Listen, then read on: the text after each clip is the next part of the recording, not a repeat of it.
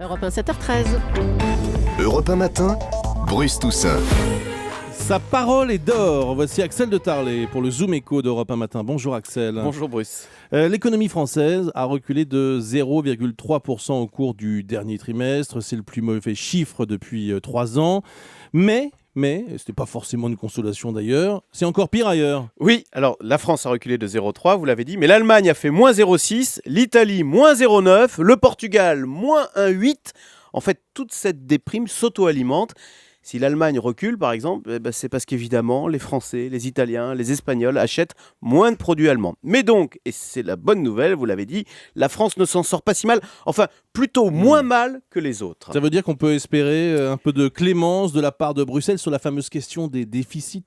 Absolument pas, non, qu'on ne s'y trompe pas. Et c'est là où nous avons un gros problème. On le voit, donc la croissance a disparu et elle ne va pas revenir de sitôt. Donc, ça veut dire qu'il va falloir régler nos problèmes de déficit sans croissance, à froid. Et forcément, c'est bien plus douloureux. Pour prendre l'image d'un ménage qui gagnerait 2 000 € par mois et qui dépenserait tous les mois 2 600 €. Parce que c'est exactement ce que fait l'État français dans les mêmes proportions. L'État français dépense tous les mois 30% de plus que ce qu'il gagne. C'est ça le déficit. C'est un découvert mais autorisé. Voilà, mais de moins en moins par nos créanciers.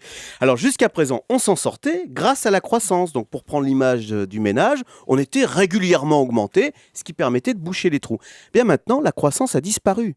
Donc, comme on n'est plus augmenté, il va falloir structurellement réduire les dépenses, donc passer, pour reprendre cette image, de 2 600 € de dépenses à 2 000 €. Voilà l'effort qui nous attend, et c'est énorme. Et c'est ce qui nous différencie des Allemands, qui, eux, ont des comptes équilibrés. En Allemagne, il n'y a pas de déficit budgétaire. La sécurité sociale est excédentaire. Donc l'Allemagne, même sans croissance, le pays tourne parfaitement.